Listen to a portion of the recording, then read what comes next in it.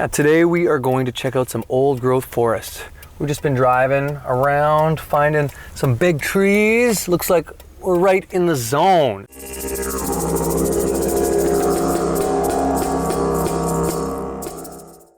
Perfect forest to check out. Maple, cedar, hemlock, fir. Whenever I go into the forest, I don't like to bring my keys with me. So I make sure I bury them or hide them somewhere close to my truck, just in case they fall out of my pocket.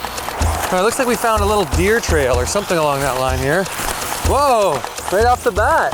This is a good sign. We're in the right kind of forest, I think. We're looking for something with some big trees, some medium trees, and some little trees, as well as a lot of logs and debris. We're looking for mushrooms, especially these fungal pharmacy style mushrooms, the tree conchs. I want to make sure we're looking in a forest that has a lot of hemlock and Doug fir. And you know, one thing about forests is that often we have this drive to find something, right? We don't actually find what we're looking for if we're so driven.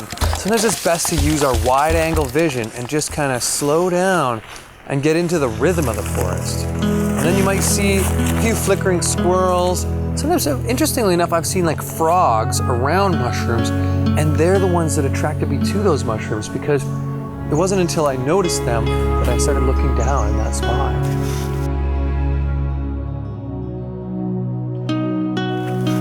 So most of our favorite trees that have mushrooms on them are not these ones like this that are totally moss covered and about 10, 15 years old.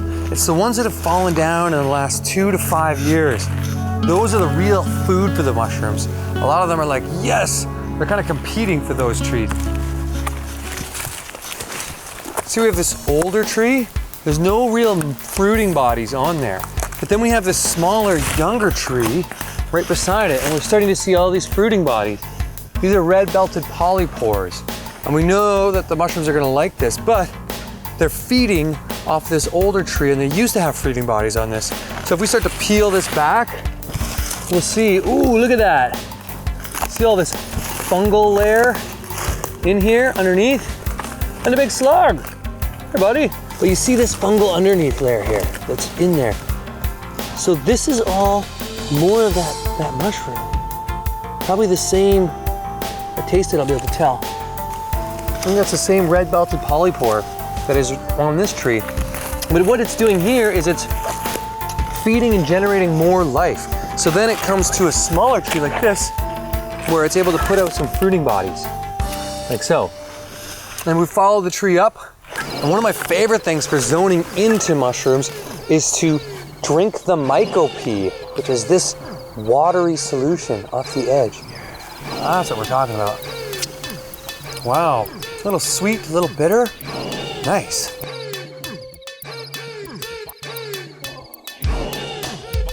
I love the symbiosis. Here we have 2 different types of mushrooms sharing the same tree. All these red-belted polypores, even though they're not all red, this is a different type of mushroom here. We got a Ganoderma applanatum, which is our West Coast wild reishi. Let's just take this little guy. I love this. Its name is artist conch. We're gonna see a bunch more of these. Hopefully we find some big ones, but they call it artist conch because you can do art in it. Squirrels will eat these, as well as it was reported in Africa that the gorillas would pull these off the trees and chew on them. Now this is a rarity. We've got one of the largest sort of fruiting surfaces on an artist conch I've ever seen.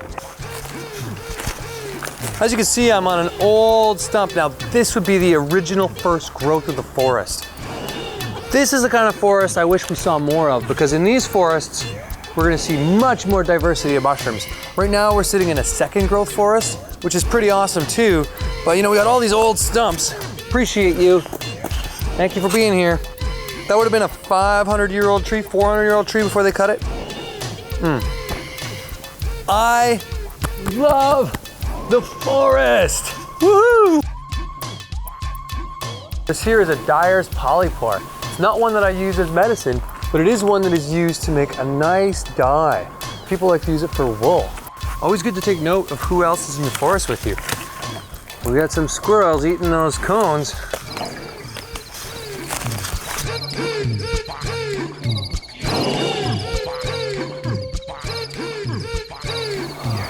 Yeah! Now here's our Western red varnish conch. Now this is one of my favorite mushrooms in the forest. Sometimes when you find big old stumps like this, down at the bottom there will be a big fat mushroom feeding off it. Wow. I just think it's so amazing how life grows out of life like this. Here we have an old growth Doug fir dead tree, and boom, out of it is coming another tree, actually a few more trees. In the forest, living trees are useful in the sense that they help shade protection and hold water, but it's really the dead trees that provide the most abundance and benefit for life around them.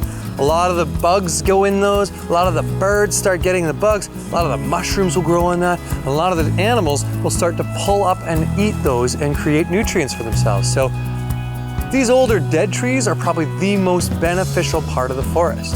This is crazy. You see how this tree is growing right out of there? This dead tree has decayed since it started. You can follow these roots. They're going all the way down to the ground here. Sometimes you get a lot of underbrush here and we want to walk on top of the trees in order to stay above it.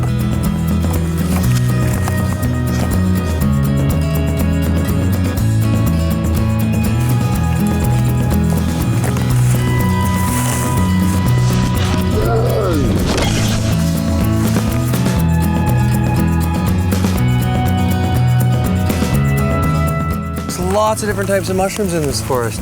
Here we are, the soft, it's a polypore. Not sure what it is. If you guys know what this is, put a comment below. We have here a little baby russula. Now I was hoping it was a pine mushroom because they look kind of similar. Doesn't have that pine smell. This is definitely a russula.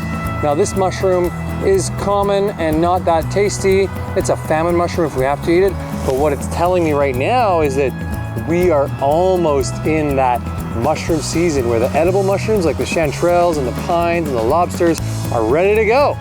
So we'll be back here in another week or two, or as soon as the rain comes. All that the rain promises is mushrooms! All right, you can see here we've kind of changed landscapes a little bit. We're into the skunk cabbage forest and we're starting to see, wow, look at all these big trees. Whoa! There are so many awesome mushrooms in this forest. Here's another one of my favorites, turkey tail.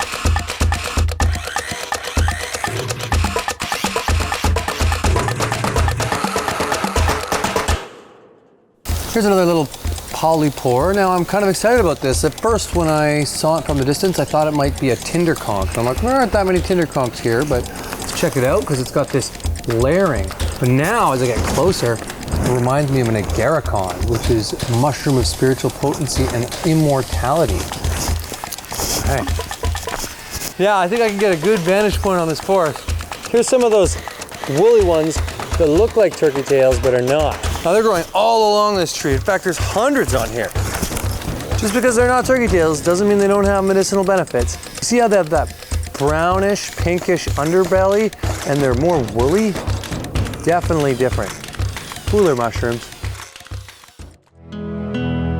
As you can see, there are so many amazing mushrooms to be found in the West Coast forest. I hope you get out and find some of these, start adding them into your life, creating fungal pharmacy and good health with forest living. Ciao for now. See you again soon, friends.